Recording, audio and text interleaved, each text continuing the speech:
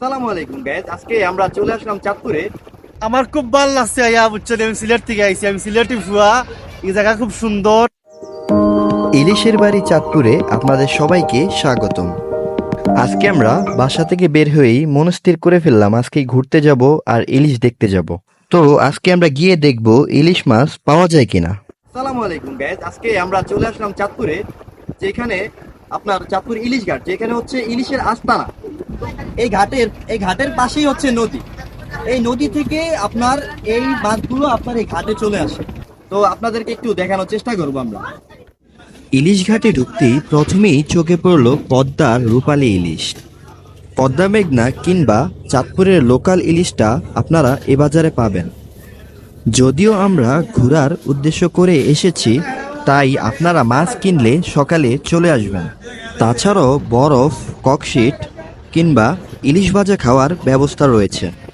ইলিশ ঘাট থেকে বের হয়ে চলে আসলাম আমরা বড় স্টেশনে।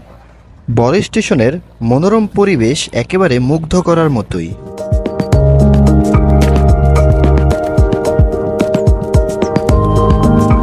এখানে পর্যটকদের আসার উদ্দেশ্য হচ্ছে পদ্মা মেঘনা ডাকাতিয়া তিন মোহনার দৃশ্য উপভোগ করা। আমার সাথে সঙ্গী হিসেবে ছিল আমার এক ফ্রেন্ড, যে সিলেট থেকে এসেছিল। তো ওর সাথে কিছু অনুভূতি উপভোগ ভাগাভাগি করে নেওয়া।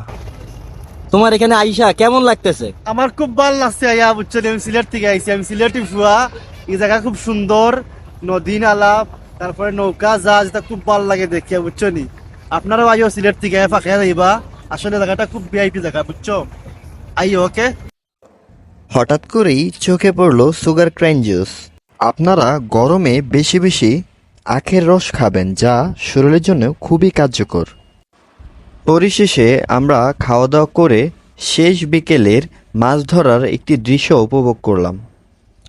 আশা করি ভিডিওটি ভালো লাগলে সবাই সবার মন্তব্য করবেন, একটি করে শেয়ার করে দিবেন। আসসালামু আলাইকুম।